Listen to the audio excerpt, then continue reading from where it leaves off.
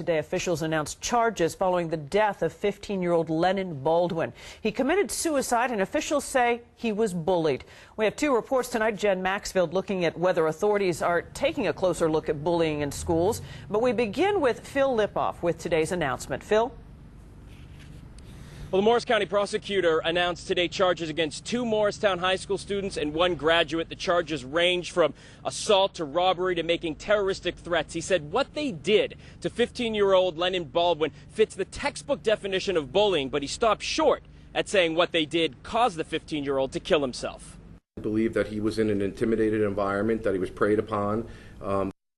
To feel uncomfortable. And with that, months of speculation ended. The Morris County prosecutor says 15-year-old Lennon Baldwin, who committed suicide, was in fact bullied.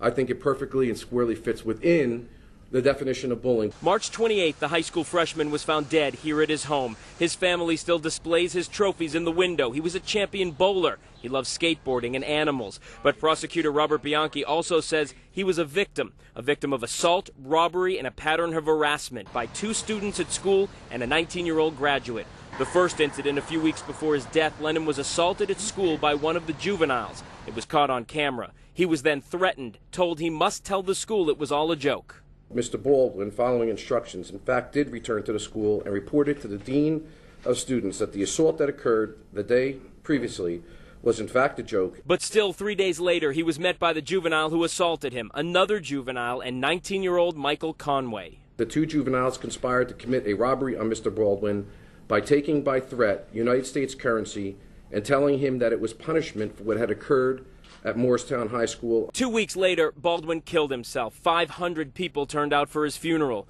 The 2 students in Conway are not charged with bullying. There is no such charge. But they are charged with crimes that under the state's new anti-bullying law fit the very definition.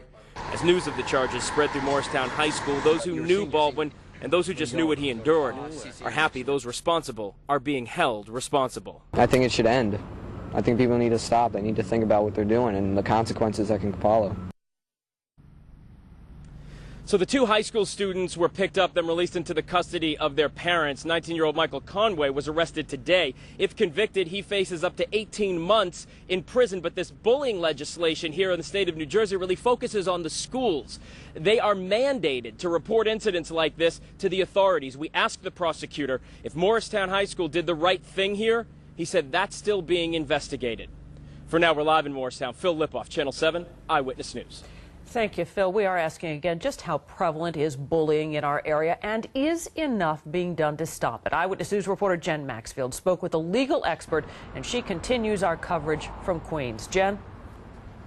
That's right. And Diana, as you know, and as Phil just mentioned, there are anti-bullying laws coming up and being enacted all over the country to try to ensure that schools are held responsible for keeping their students safe there. But there is also this trend, the trend that we are seeing today, of holding the bullies criminally liable for their actions, especially in those cases where the victim commits suicide. Of course, the webcam spying trial of Darun Ravi is a recent example. Ravi was found guilty of bias intimidation and is set to start serving his jail sentence tomorrow.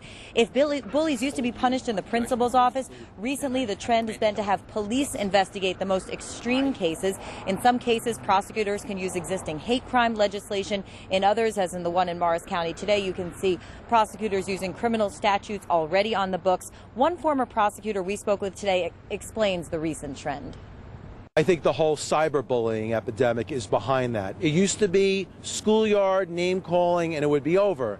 Now you put the name calling and 100,000 people see it. This is not going to be acceptable in society, and the way to send that message is by getting a conviction at trial, by going after every single charge you can go after, and send the message that this will be not tolerated.